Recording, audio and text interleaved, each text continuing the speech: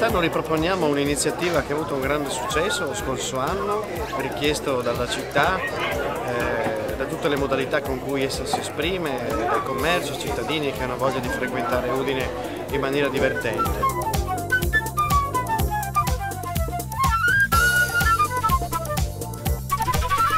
Quest'anno siamo riusciti a coinvolgere diversi assessorati, siamo un coinvolgimento maggiore da parte dei privati e quindi io penso che sarà una festa molto bella e molto frequentata. Ci sono moltissime